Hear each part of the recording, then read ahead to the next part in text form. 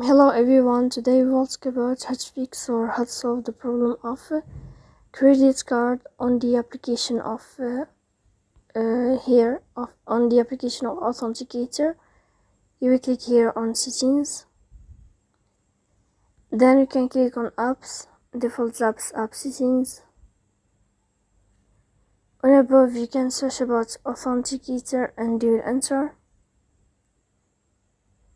Then you can click on first stop and you can click OK. After that you enter the window of storage. Here you can click clear cache. In the end you can turn off your phone and you can turn on your phone again. So please don't forget to support us, like and subscribe. See you next time in another video, and thank you for your attention and your watching.